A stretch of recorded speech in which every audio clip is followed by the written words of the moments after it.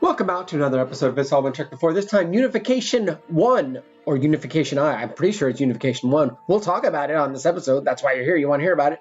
Speaking of unifying, bringing us all together, you can see us all together. You don't just have to hear us. Become a Patreon member. Patreon.com/IABD. Not only do you get all the bonus episodes on here, and you get to watch us every week if you want to, if you're so inclined, get to see some of the hand motions we do, get the uncut versions, but also from the rest of the radio, the lineup on IABDpresents.com, including the radio hour and all their special stuff. You get the stuff ahead of everyone else. Just like this Unification Unification 1 on It's All Been Checked Before. Welcome out to another episode of It's All Been Trekked Before. Your regular hosts are here. This is Steven. And Keith. Jimmy Jerome. We are recording this episode live in the same room, but you can still see us at Patreon on a cell phone video, which may not be quite as nice as, Zoom, but should still work for you. We are here to talk Unification 1, First Impressions. Well, my first thought upon actually seeing it written out was maybe we've been mispronouncing it. It should be Unification I. That's another IABD reference for some of the deep cut people. But I can't remember if we didn't see Amanda till after the cold open, right? Amanda. What is... Oh, Perrin? his second wife. Oh, I keep calling her Amanda. I'm glad you didn't say that in front of her. That's been a point of contention in their household for far too long. Spock saying, "You're not my mother." That explains... We had an entire episode where I did that of this show. My God. That explains so much. I'd already forgotten about that. It was weird how when we talked Journey to Babel, you kept calling her Perrin. That explains a lot of my points going forward here. So I was like, it doesn't even really look like her. Yeah, that was Joanna Miles returning as Perrin, who had been in the episode with Sarek last season. Okay, all right, that makes so much more sense. I think something that follows anyway from the beginning and throughout it was I had to note that they're absolutely rating sets, props, and costumes this season. That's one of those things I wouldn't have noticed back then. So this was a big budget episode. From YouTube pointing it out throughout the run of this, it's just now it jumps out at me whenever they're doing something different or potentially expensive. And I've got a comment on where I think they cut the budget on this episode. But yes, they certainly spent a ton on this episode. What was your first impression? I loved it. I think we've talked about. I love when they pack a bunch of stuff into an episode, and we talked about on the last week. I think that that this was Unification Part 1 as opposed to the season just Unification enders. 1, according to Unification 1. Unification I, and we talked about how that was like, oh wow. And then we were like, well, the season enders, because the season enders packed a lot into those first parts. Yes. And I had that same impression today, whatever, when we watched this live. People watching it had to be like, this isn't going to wrap up in 5 minutes. But this one they knew. It was like, it's one. Yeah. Probably knew it was part 1. Yeah. And the next one was coming up. But that said, the other ones, it was like they were so packed. So I loved how packed it was. And to dispute something Sarek said in the episode, no more chaos. I love the idea of there's so many random things going on in this episode. And we kind of mentioned earlier, a couple minutes ago, about so many great guest stars and characters going on. There's no way it can be resolved in an hour. And it's that thing we've talked about since TOS of, man, this should have been 90 minutes or 2 hours. This one clearly needs another hour. Yeah. And again, it's always that, is the second part going to just resolve everything, or is it going to be just as good? I don't know, but the setup and everything for me is already a lot of fun already and very, very interesting. So. Yeah, I was expecting Spock earlier. Like I said, I don't think I've seen this two-parter before. So I was expecting to spend some time on Romulus this episode, and we didn't get to Romulus till the end. So that was a little bit like, but the Enterprise mystery mission was interesting. Picard and Data on the Klingon ship were interesting. So I like this. In regards to the budget, I can't help but feel like this was the 25th anniversary of Star Trek. They just done that special. Star Trek 6 is hitting theaters very soon after this, weeks after this. They had to have given them extra budget for this two-parter. Like, let's bring in an original series cast member. Let's make a big deal. Let's do this event to help drive people to theaters, to help celebrate the show's anniversary. I think you can see that in the way this episode played out. Even though there are a few places they cut budget, like over a regular Next Gen episode, episode. This was a lot of money spent.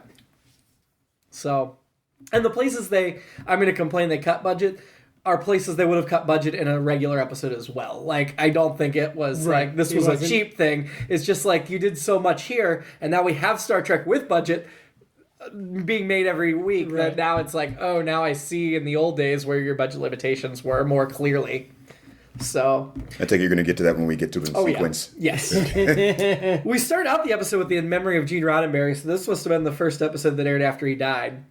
So the Great Bird of the Galaxy is gone. He's no longer involved. Everything from here on out.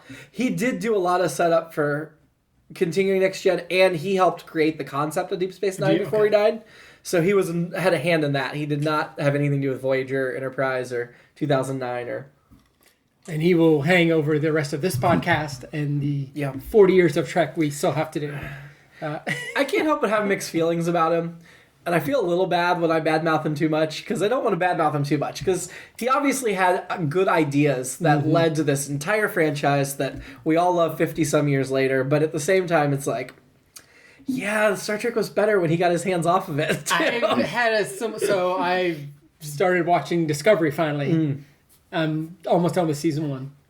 Which we'll get to when I get in 10 years or something. Yeah. But I have the same feeling every time at the end, or at least season 1, they have that, they play the Star Trek, the Alexander Courage theme, and created by Gene Roddenberry. I always am like, that guy was pretty good. He came up with this, and he fought for it, and he did a lot of great things, and he got it back. But I also think about how, not necessarily just how we badmouth him, but other people are like, man, he would come in and mess with the scripts. So I think Big Vision guy, he was that guy. Yes. Details week to week, maybe, or story wise, maybe not. And I'm not saying Discovery is perfect by any means. No. We could go on a thing where I would agree with you. I'm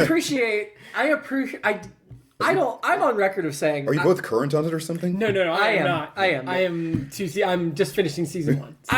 I'm on record of being a big fan of serialization and not liking Case of the Week. But in these old Star Trek shows that were Case of the Week or Play of the Week, they had to come up with all these standalone stories, and some of them were really, really strong. Yeah. And as much as I love Discovery, I miss that you never have that stop on a planet with a visit. I just had that thought today. Yeah, and I'm like near the end of season 1, but I just had that thought today. Like, you know what? I would have liked 1 week, because when it starts, because I just seen the pilot, I was like, oh, this will happen a lot. Yeah. Oh no, you know what? Careful what you wish for, everybody. Careful what you wish. But for. I think, I'm still enjoying it. I'm pretty sure the new Pike show, The Strange New Worlds, is going to be an answer to that. Because they've said they're going to get 2 Planet of the Week missions. Cool. So, yeah, I think they heard Star Trek fans that, yes, we like the update, but can you also give us some of that other stuff? Yeah. I mean, I want both. Can we have both? Yeah. DS9 did both. We'll talk about that. Nope, one or the other. Very soon. Yeah. Keith. So then we get the central conceit is Spock's been spotted on Romulus. Mm-hmm. Some morons think he might have defected, which he's been in Starfleet for over 100 years at this point. If you think he defected, you have not read his file. That's the dumbest conclusion you can make, unless he's said a lot of things lately that we just aren't privy to that made them think he might be wavering. And we know, or at least, and maybe I'm implying more that came from the novels that follow Spock after this 2-parter, but we know he's dissatisfied with the Federation for some things. But that hasn't really come up in this episode. So you're like, Spock would never defect. What are you talking about? Yeah, unless all those things added up to so much that it was logical for him to defect. Right. Plus, we did the defector last season. True. Or 2 seasons ago now, right? I think it was 2 seasons. Wow. I could be wrong. Yeah, you might be right. But the way they find him is they do the enhance, which has become such a cliche. Starting right there. That was the first time anyone ever did it. So, it's Enhanced, Blade Runner, and then, not Starship Troopers, Super Troopers? Yeah. Okay. It's been done a lot. Yeah. Blade Runner obviously came out. Of course, they were joking, but yeah. Right. To say Blade Runner was obviously about 10 years before this, so... Yeah. What? Oh my God. Yeah. I'm just trying to get my head around. Yeah. The Defector was season 3, so it was 2 seasons ago. Oh, wow. Season 3, episode 10, so almost exactly 2 seasons ago.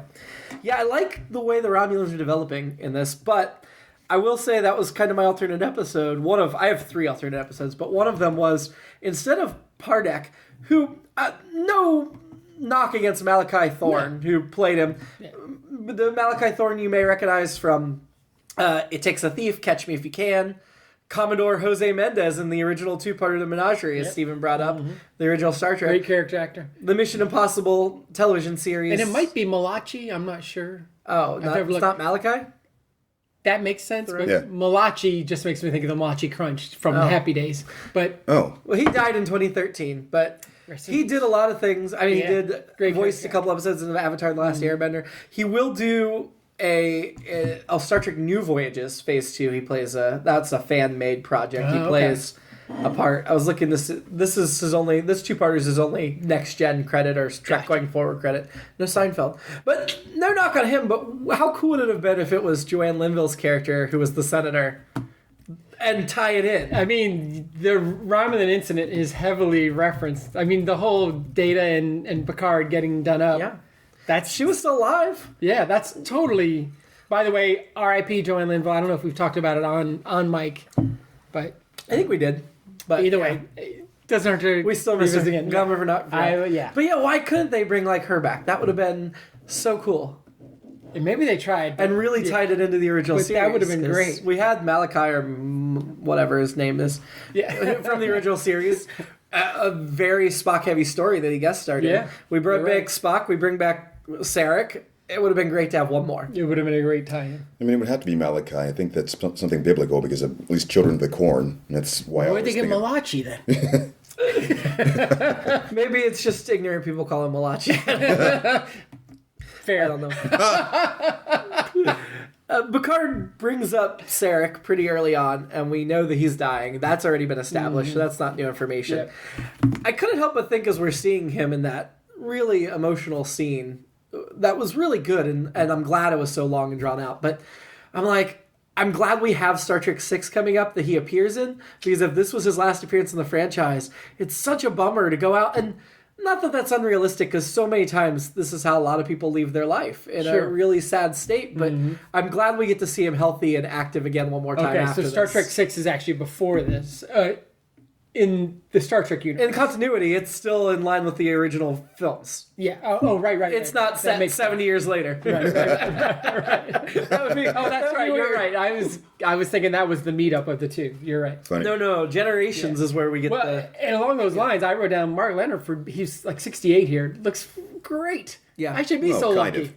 Well, he looks like he's dying. Well, that's because they made him up that way. Yeah. You can tell under the makeup he's still pretty svelte. Yeah. Yeah. Picard mentions that he met Spock once. I have to wonder if that was the wedding he referenced in Sarek's episode where he said he was at Sarek's son's wedding.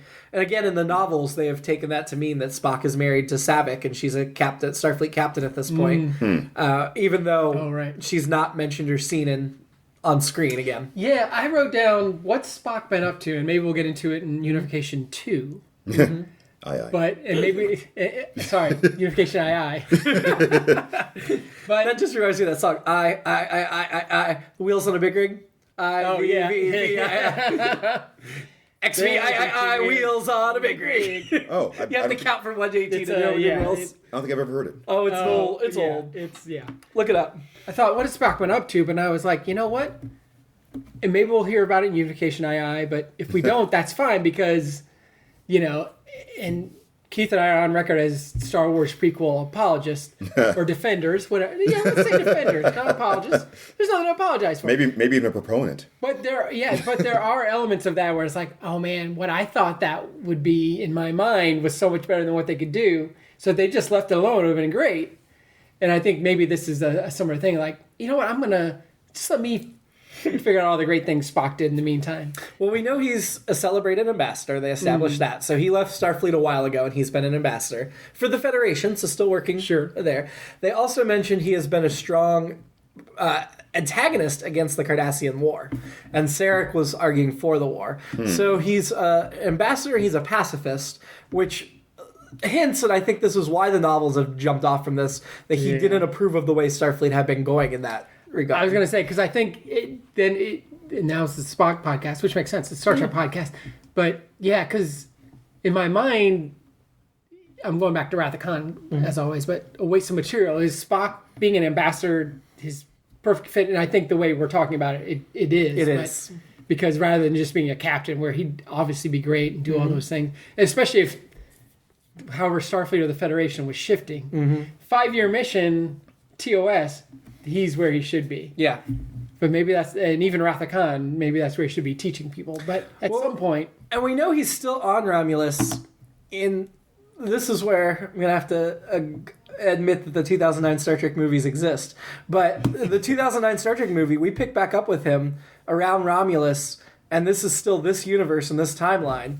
And that's where he ends up going through the whole, and the Romulans chase him. So that is still a sequel to Star Trek Nemesis. We've got a lot more Romulan stuff coming that they don't really get into him, even though there's novels that fill in those gaps. Okay. But he will still be on Romulus for the next 10 plus years before he ends up in that alternate timeline. Oh, wow. And he's going to be, this is his mission. And like I mentioned to you off air not too long ago, Discovery did an episode, Unification 3, where they give you what, even though Discovery is set in the past. Right. Well, I'm not going to spoil anything, but you do find out the ultimate outcome of Spock's mission on Romulus in Unification 3. So we will pick these threads back up, just not... Obviously, Leonard Nimoy wasn't in it because he's dead, but... Right. Yeah. I will say, we'll see once I watch all of this stuff in the future, but it's similar to my initial reaction to, and this is the Star Wars one with this podcast, Last Jedi, when they're like, oh, we could have shot with Luke and he's a failure and all that, and it's like, I wanted to see the Luke kicking butt phase, which The Mandalorian has started to fill in and that stuff. And I feel a similar way with Spock. We're like, no, Spock should be just, we've had this conversation. Who's the greatest Vulcan? I'm like, it's got to be Spock. And, like you said, it's like, no, it's Sarek because there's what Spock did. Are there others? That's my later question. We'll get to that too. I feel like I think at this point, Sarek's the greater Vulcan. I think Unification 3 might make an argument that Spock was better. I look forward to that. So we'll get to it down the road. I've taken us away. I'll get back to the other question later. I was disheartened that Spock did not go say goodbye to Sarek. I mean, Perrin made their disagreements of the past seem minor in comparison. Yeah. But it's like... And they went on to talk about the Cardassian War and how Spock took a public stance that slapped his face. And so I can see the breadcrumbs that make it make sense, and yet it's still such a bummer that Spock did not say goodbye to his father, knowing that most likely his father he'd never see him again. I wrote down long rift because, we know they've had a rift. Yeah. And in Journey to Babel, you're like, oh, okay, they fixed it up. But then I was like, you know what? There's lots of times with a family member, you're like, oh, we're cool. And then a year or two later, you're like, you know what? Guess what? We're not cool. But the films, they are cool. And so you get that. Yeah. And I think that's why Perrin made the point of saying all of that was minor and in the past, this was more. Yeah, I guess that makes sense. But it's still frustrating to me that no matter what happened between them, I would like to think Spock would have gone and said goodbye. And maybe he did, and he just snuck in without Perrin catching him, and Sarek's not in his right mind enough. That's true. Oh, that's very true. The part where I mistook her for Amanda, first of all, and I thought, well, that's weird. Why would her character be like this? But Perrin, we saw that she was very protective, as they reminded us in this episode, of him during that stage of his life. Yeah. I don't know how long ago this was supposed to have happened, the argument about the Kardashian War. Within the last few years, well, the Kardashian War has been going on for a while, but the last few years we know it's really heated up. Okay, so, yeah, if he's already strained by his illness and Spock is disagreeing with him and agitating him, I'm sure that would really make her angry. And I got the impression that she was the one who drove him away. Yeah, I did it seemed like they probably weren't even really taking it that personally necessarily, but she probably got in there and kept pushing him away, saying, how dare you do this? And then Spock was like, okay, bye. The stepmom. Yeah. And then also... It felt like maybe Spock wouldn't have had the freedom to just move about and go and drop in and say hi. It seems like he's kind of busy and kind of in a place where he can't just... Which Sarek should understand. So Pardok, Malaki, whatever, was actually offered the role by Gene Roddenberry. Gene Roddenberry called him up and invited him to play it. Oh, very nice. So that was cool. All right. I will say they mentioned that Spock met him at the Khitomer conference, which we will see in Star Trek VI. So that's a nice little connection to the upcoming movie that's about to come out. In the Star Trek VI novel, Parduk does appear briefly as an aide at the Khitomer conference, but in the movie, the character does not appear. So maybe that was a cut thing, but that's sad, because I would have liked to have seen that actor as or a different actor even as a continuation. I did like that. While we're on, just maybe this is my last note on Sarek's second wife, Parin. Her headgear looked better this time. It didn't look like she had a toothache. But she had this giant necklace that took up half her chest. Yeah, Perrin's clothes were certainly half of the fashion I have for this episode. Yeah. And then, of course, Data and Picard as Romulans. I'll hit that since we're on fashion a little bit right now. The woman at the top of the show with Picard who's like, it's Spock. Dun dun dun, the long singer. I couldn't tell if her outfit was felt. Is that felt? It is now. Or if it was velvet, and this is our Seinfeld moment of the episode, where George Costanza's like, if I could be wrapped ensconced in velvet all the time, I would be. I couldn't tell what it was, but I liked it. I thought you were going to talk about it being at the job or the job interview, and he felt the material. Oh. Yeah, and it's like, what are you doing? Back to the Sarek Picard scene, because I still have a couple notes. That was such a good scene. Sarek said it would be illogical to talk to the Romulans, which, again, that's where I think we're starting to understand where that rift is, that they disagree on logic in such a fundamental way. But I love that Sarek, even in his state, defends Spock of he would never defect.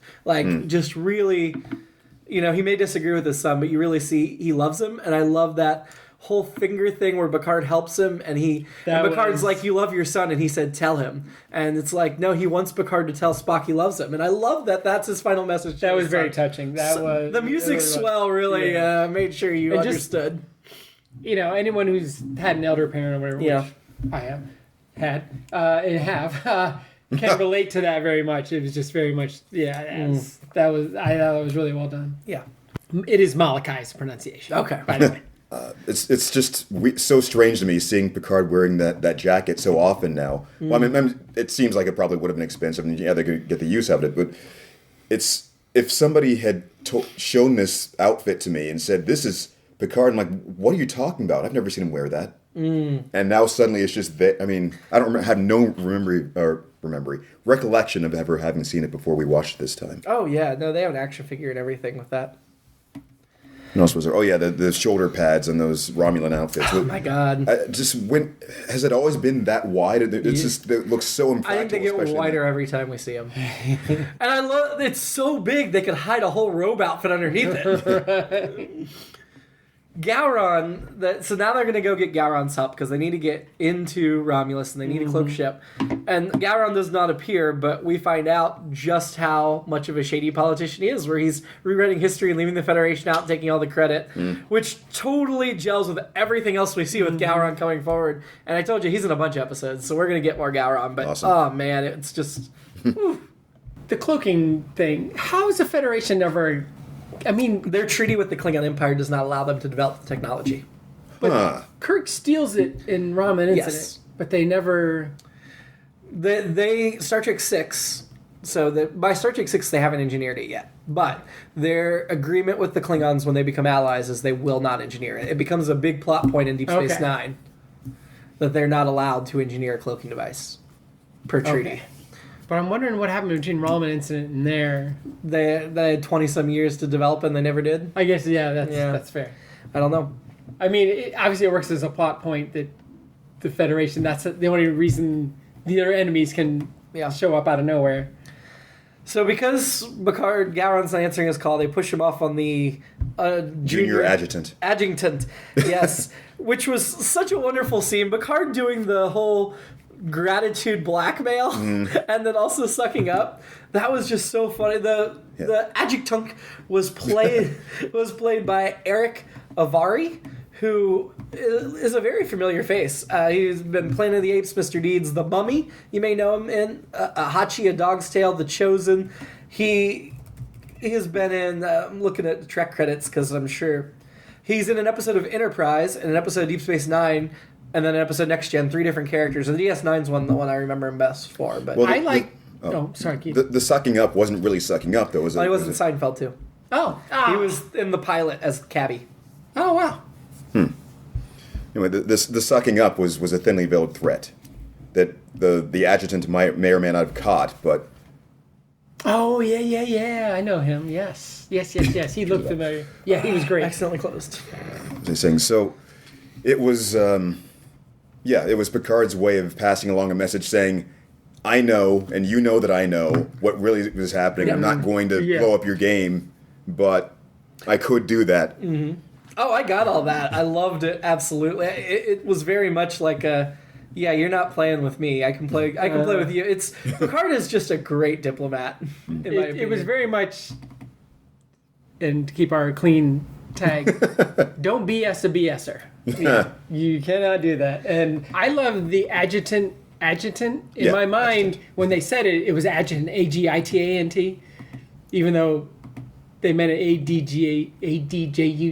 So they did? I've been saying adjutant because I thought it was junior. That's what I thought at first. I was like, no, it's junior. And it may be not because with the Klingons, but I think they meant it to be an ADJUTANT rather than AGITANT. Adjunct. Yeah. Along those lines. When then they say formidable instead of formidable, which I don't know if that's a Caribbean thing or I've a data I've heard it both thing. ways actually. I'm not sure. And all of the Klingons with the what? We talked about that. Yeah, off mic early on that some people are wheat thins and cool whip. And I think I know why. So, the Data's ears are not removable, which we find out. Which it amuses me because so much of him is removable that it's just like, And then I like that they dropped a Mott reference of you got to go to Mr. Mott to get your hair pieces. Just the continuity of Next Gen at this point. And then there's the scene where Picard's getting ready to leave, and Riker's like, "Can we go do this thing?" And it was so like, "Dad, can I borrow the car this weekend while you're doing your thing?" The Klingon, then they beam over to the Klingon ship. Captain Kavada, played by the great Stephen Root, plays the Klingon captain. Unrecognizable. None of us. No. We all knew Stephen Root was in the episode. We and we didn't talked catch about it, and then we. But Stephen Root from Office Space, Dodgeball, King of the Hill, Barry, B99, so much. News radio. He's got so many things. Those don't even make his top 4 on IMDb. Unfortunately, this is his only Trek credit. But he does have a Seinfeld credit, of course, in the Invitations. He plays Mr. Lager.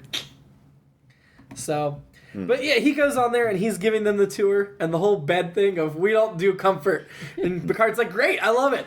You have to eat Klingon food. Yeah, bring on the fresh guy. Again, you get Picard playing the game. Like, don't mess with me. Klingon style is what they called it. Mm-hmm. Sleep Klingon style, which is like Keith mentioned the Klingon style, Gangnam style parody. Yeah, that's. Oh man, I forgot. From Klingon style. I would also say I don't know what Urban Dictionary has for Klingon style, but that's it. Check it out.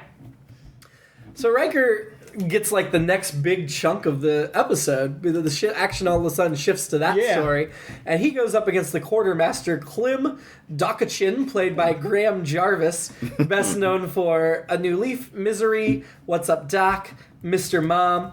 I recognize him from Mary Hartman, if anyone remembers that show. But he's a great character actor. This is his only Trek credit, no Seinfeld.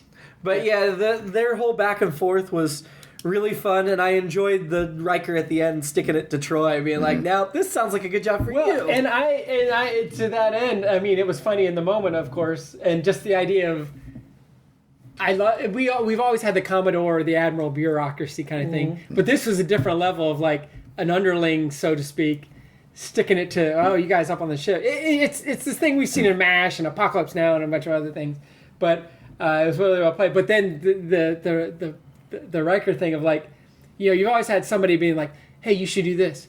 Hey, you should do this." You know, that's a great idea. Why don't you do it? It's easy to give advice. It's another thing to make the decision. And it's within her skill set. I was disappointed, actually, at how easily it wrapped up because he was so stubborn, and then he just beams over, and he's like, "Oh, you got a pretty woman? Yep, that'll work. I'll do it." And I think it goes to a handsome woman, even. Yes. Yeah, yes. I think it goes to the point of I think we all know people that will be like, "All right, pretty woman, you think you're going to convince me? Guess what? Yeah, I am." Go. It's, again, the Seinfeld episode with Nikki where he's like, "I don't know how fast I was going. Hey, can you take care of this?" And she takes care of everything. And then she ends up with Gak. So one of the ways I thought the budget was definitely cut is when they're at the junkyard and they're like, let's look in the spot, and then it's just a shot of empty space instead of like any type of structure at all, or you can see other debris around it, and this is just the hole in the debris. Very poorly lit and everything else. We did get a shot of like the whole junkyard briefly, but anytime we went to a spot, it was just a blank space shot. This is another weird word area. I think some people call it a depot, and some call it a depot.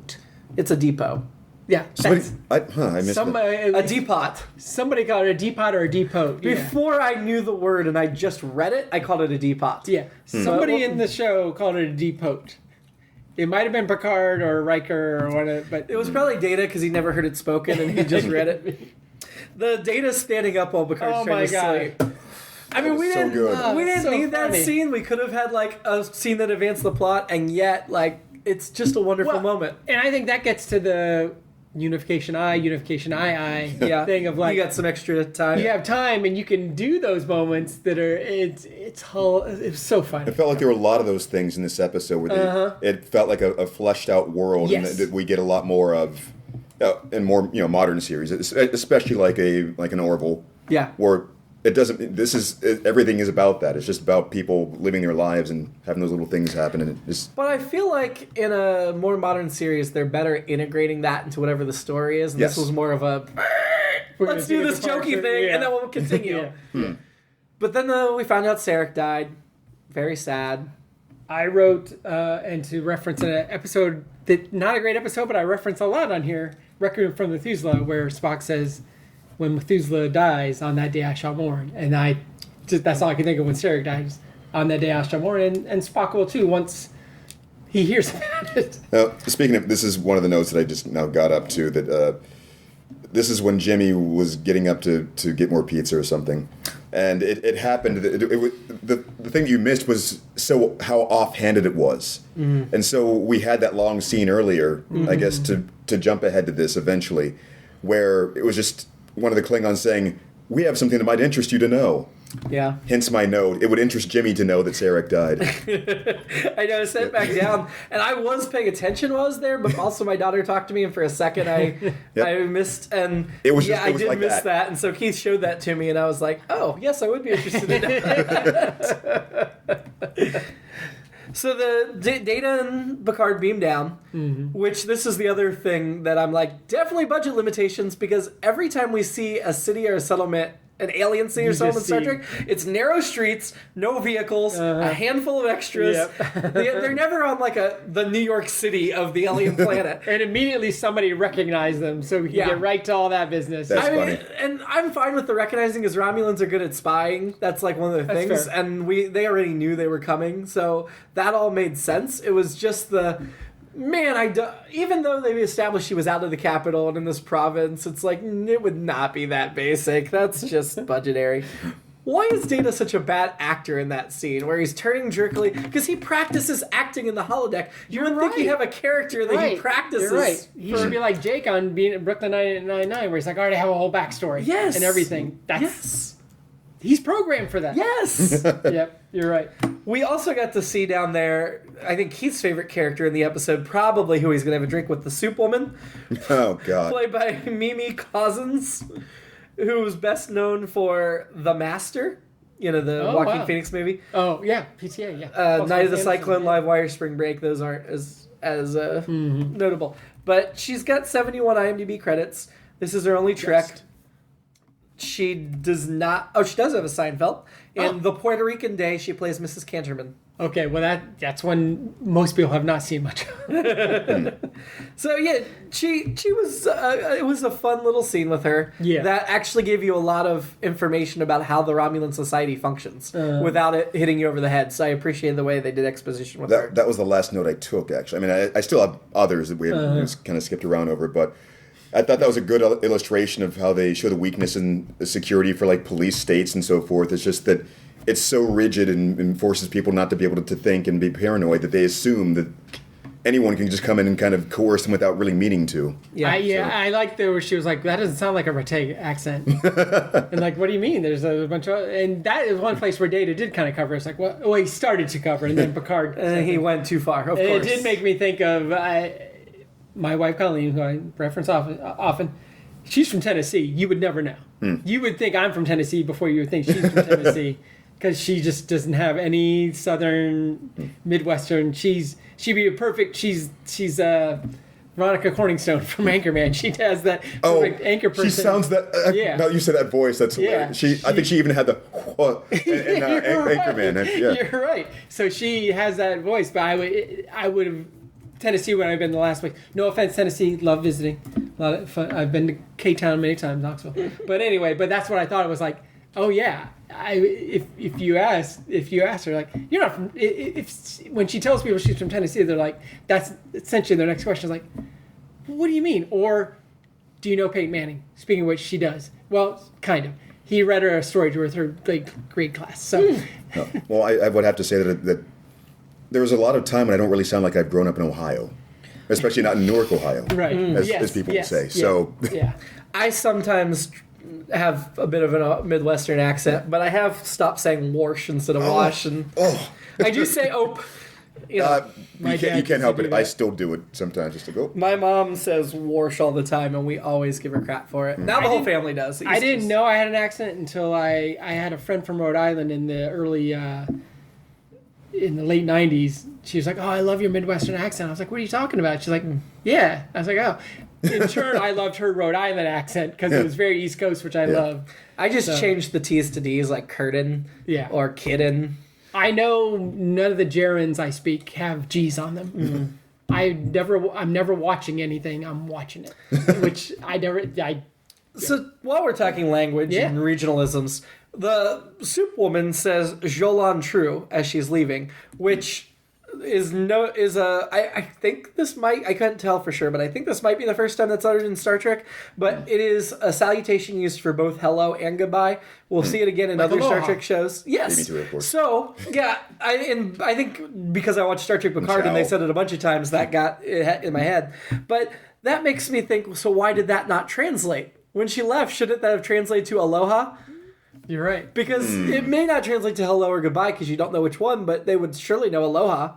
Maybe it's been integrated into the, I don't know. That's just such a common phrase that everybody knows. Like, if you're going to translate Spanish to English, you don't need to translate hola. We get it. Or si. As I was just saying, ciao. That is another example of somebody said it in Italian. Aloha means peace too, right? Isn't that mahalo? I don't know. I don't know. What was I going to say? Hello, goodbye, and... Oh, right. So the thing about the Midwestern accent as well, it is an accent. Everything is an accent technically. Sure. But it's also used as expression of love and affection. Sorry. What I've heard is that Columbus just happens to be a place where the newscaster accent sort of happens. That's the ideal. It's like the neutral tone. Yep. Yeah, I just grew up just outside in a very podunk town. If I grew up in Columbus, maybe, but I grew up an hour west, which is might as well. And I told Conley, I'm like, there's no difference between Knoxville, Tennessee, and Dayton, Ohio. Send your letters if you know how to write. You're gonna get some bags of horse crap in the mail. So the Spock at the end, that wasn't a shocker ending. They gave it away at the opening thing. Special guest star Leonard Nimoy. I had kind of forgot he was going to show up, even though I knew he was going to show up. And then it was like, oh, this is the Spock. I mean, even if they hadn't put at the beginning that it was him, the fact that they've spent this whole episode talking about him and we saw the picture, it would be really bad if he didn't show up. And yet at the same time, it's like, you didn't need to save it as like a surprise sting because... Right. And I guess that would be the other thing if you're watching in 1991 or 92 or wherever, you'd be like, well, Spock hasn't been on yet. That one must be mean part one, not I. The Unification I must be part one. My guess is they probably had commercials advertising this as a two-part. I don't know for sure, but I'm just guessing. That's, I mean, as an event. It sounded like the whole purpose of that would have been to over advertise it and give away that he's going to be on it. So Yeah, I'm not sure. You suckers got to watch the first 58 minutes. So I don't think Next Gen does any other two-parters in the mid-season. They always do with the Method of Worlds on. Yeah. They always do a premiere finale cliffhanger every season. But yeah, I think this is the only mid-season two-parter. I could be wrong. Send your letters to Keith at IABDpresents.com. and your horse crap to everyone else. You horse crap to Keith or Steven. I don't want it. And there's a lot of that in the Dayton and Knoxville rural areas. So, What other notes you got? I've got quite a few. I do too. Great. Keith, you go first. Well, let's start up back up the top a bit. It was part of Steven's joke, actually, the whole thing where Sarek just realized that Perrin was going to guarantee chaos, so she had to go. Speaking of which, since we're on Sarek, I'll hop in here. Mm-hmm. When he mentioned Pardek, and then Picard says Pardek, and I knew he was going to not remember that. I just had that sense, and part of that's, having been around folks with dementia and parents with dementia and stuff. But that was when it was like, okay, we just want to make sure this guy's not doing well. And I was like, and I don't mean that in a predictable way, the episode, I knew that was going to happen. I don't know if most people would be like, oh, he's not going to remember. But it drove the message home. And I thought that was, another good moment to set that I wasn't waiting for it to happen, but once it did happen, I was like, oh yeah, that's kind of the classic bit you would do to demonstrate that there. Yeah. I thought you were going to say what I wrote down, which was with the whole Pardek. I thought it was going to be like, Pardek and Gelada at Tanagra. and Kirk. And Picard's going to be like, God, not this again. Pardek? Just the whole... What is that? Like Darmok. From Darmok. Darmok and Gelad at Tanagra. Pardek and Gelad at Tanagra. We're just going to keep saying Pardek and Spock at Romulus. Yeah. Do you speak English? And so one of the things I noted early on is that there's this whole searching for Spock theme that seems to go throughout. The search for Spock. Oh yeah, we did that already. Lots of, and it seems to keep happening quite a bit. So I said that Spock is like the ultimate MacGuffin, essentially. I was going to say the ultimate Waldo. That too. Both. Should this have been called The Search for Spock Part 2 then? That would have been confusing. Should have been part 3 times 2, part 3 2. Too search, too furious. What's the lowest common denominator? God, there's like 3/5 or wait, no, 3. I can't do it. That was a rhetorical question. It's the fleshing out of the worlds or universe or whatever you would want to call it. I don't know if that's another budgetary thing, but it felt like they were investing more in the idea of expanding the. Probably because, as you said, they were building up to Star Trek VI coming out and felt like they were going all in now. Mm-hmm. So you got lots of new planet names and ship names and implied history. Well, we already have heard of Kittimer before because Worf's parents died at the Kittimer Massacre, which was the site of the conference, but many years later. The massacre is not what's in Star Trek VI. Although Worf's grandfather is in Star Trek VI. While we're talking about Klingon planets and Romulan planets, I feel like the Vulcans get thrown in with Terrans, us Earthlings, Romulans. Is there more than Vulcan to the Vulcans? Like, what do you are mean? Vulcans on several planets? Oh. I'm sure they are. Okay, because I feel like when we talk Vulcans, when I say we, I mean the Well, they're on people Romulus. That's true. But I feel like They're not supposed to be. we never hear about, the Vulcans are on this planet. Maybe we do, and I'm We need to see some more Vulcan colonies. Remember the proto-Vulcan colonies? Oh, yeah, right. Okay, so maybe that is the case. So maybe, you're right. Okay. Well, I think Strike that from the record. the Vulcans were the first race the humans met, so I feel like they've been tied together so long that they probably get... Mushed them together. That makes sense. And I did write, this also goes in my chaos comment, Klingons, Romulans, Vulcans, oh my. This is very Journey to Babel, whatever. Well, we've only seen the 3-4 big ones, but it's always cool to see all of them. So the Data standing scene with Picard, it made me think of the Rick and Morty reference. Excuse me, I'm not staring at you. I am a camera. I'm a photographer. And during the what ship was that? Was attacking the Enterprise? Some alien vessel.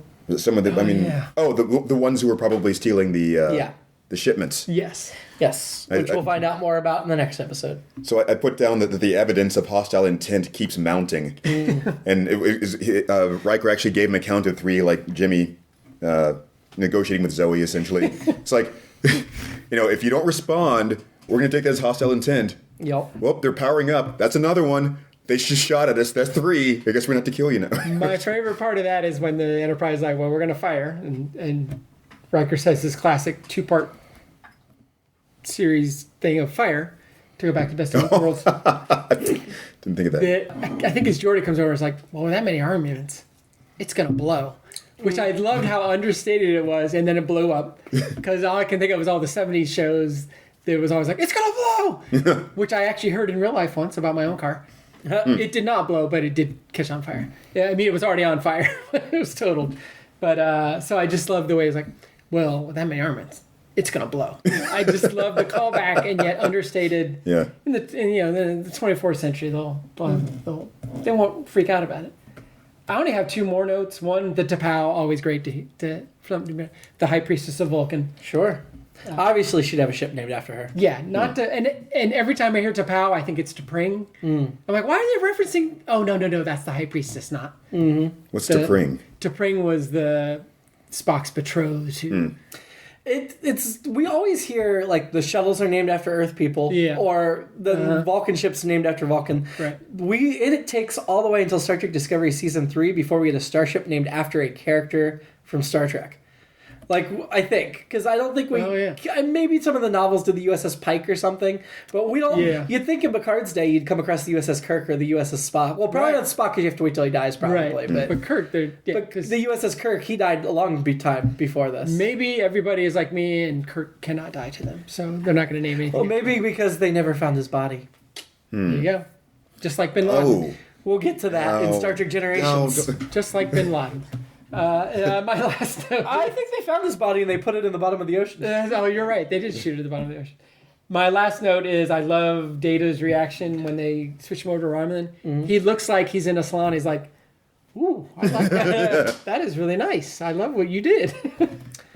We did not mention writer-directors of this episode. Directed by Les Landau, one of the regulars. And that was purposeful. No, it wasn't. It was by protest. We're like, we refuse to acknowledge these people. No. The story was by Rick Berman and Michael Piller. Michael Piller was the showrunner at this point. So they're exact, basically, and the showrunner pitched the story, and then Jerry Taylor wrote it. We've talked about her a lot as well.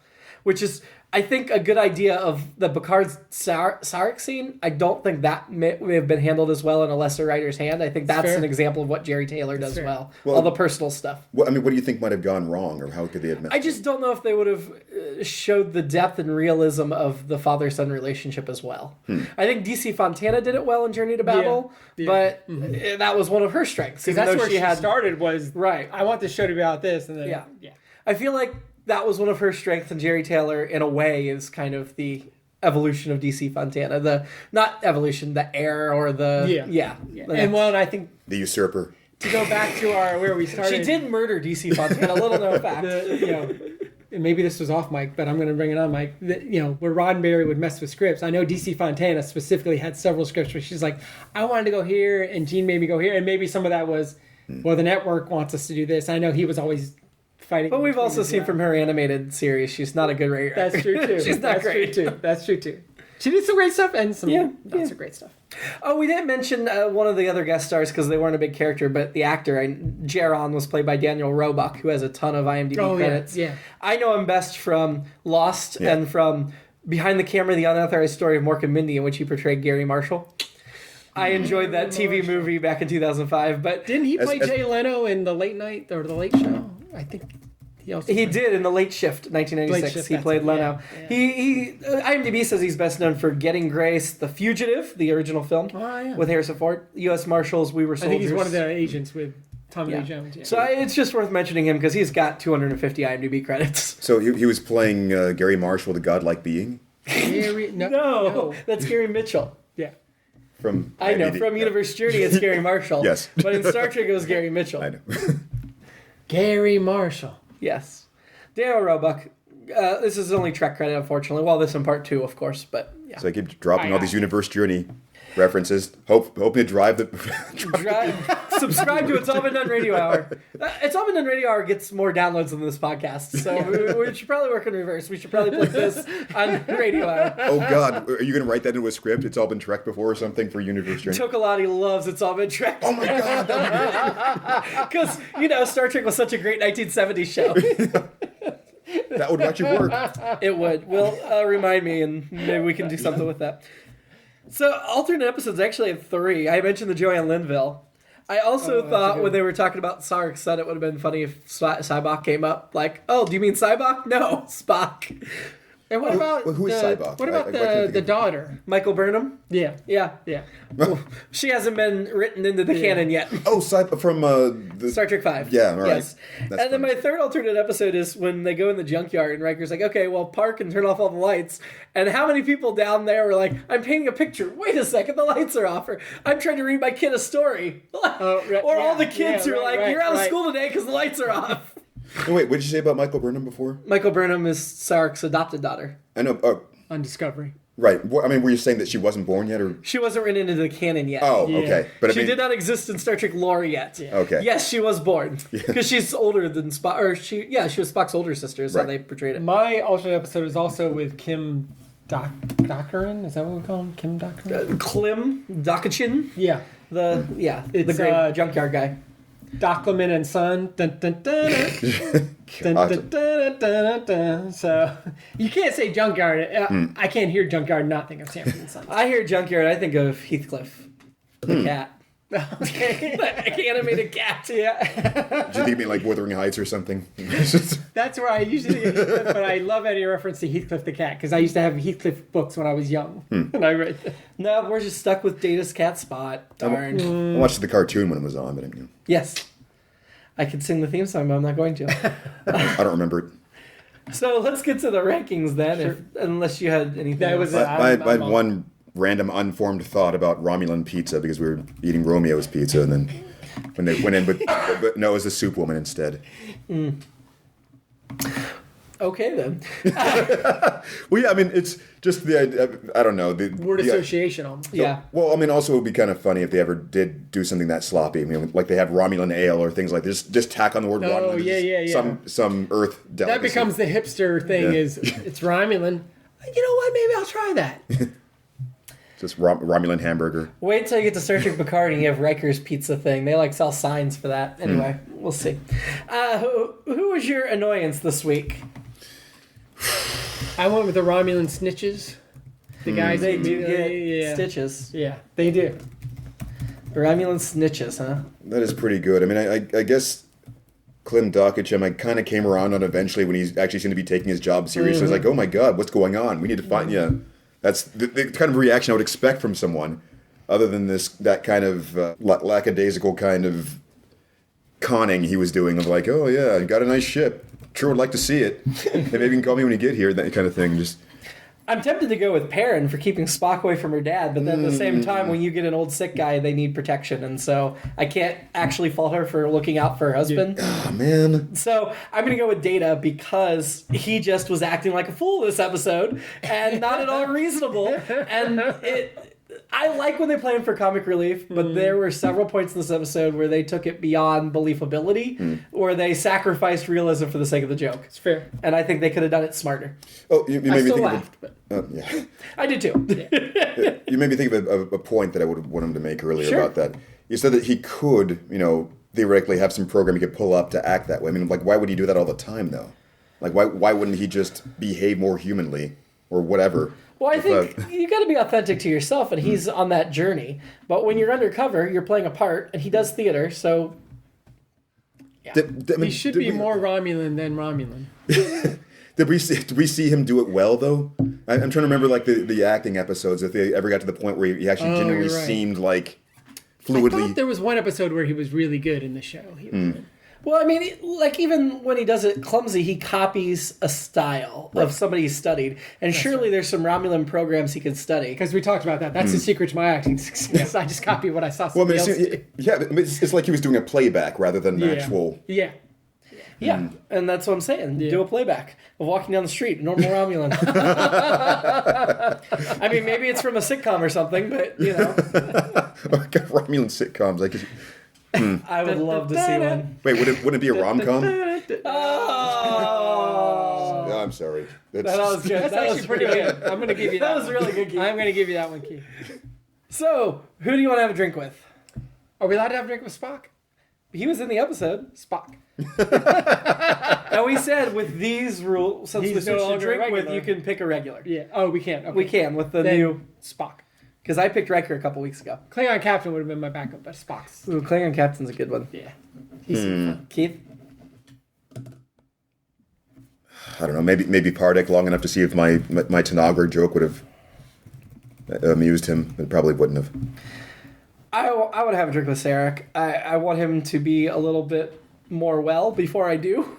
But that man has had such a life, the character and the actor. I would love to just sit down and dig in and also just talk to him about his son. Yeah. Especially now that he's willing to open up a bit more about his emotions. Well, and there is always that thing of, you know, we talk about his logic and all that, but he married Amanda, who obviously was awesome, Jane Wyatt or Winona Ryder or Mia Kirshner. But And then he married Perrin, another human. Just digging into that, like, why did you do that? That's not logical. Yeah, it's not. He married for love twice, at And least. it's just. Me too. I think at that point it's like exoticism or just fetishes or something in this part. Might be, but that's... Yeah. That'd still be interesting. Yeah. Let's rank the episode.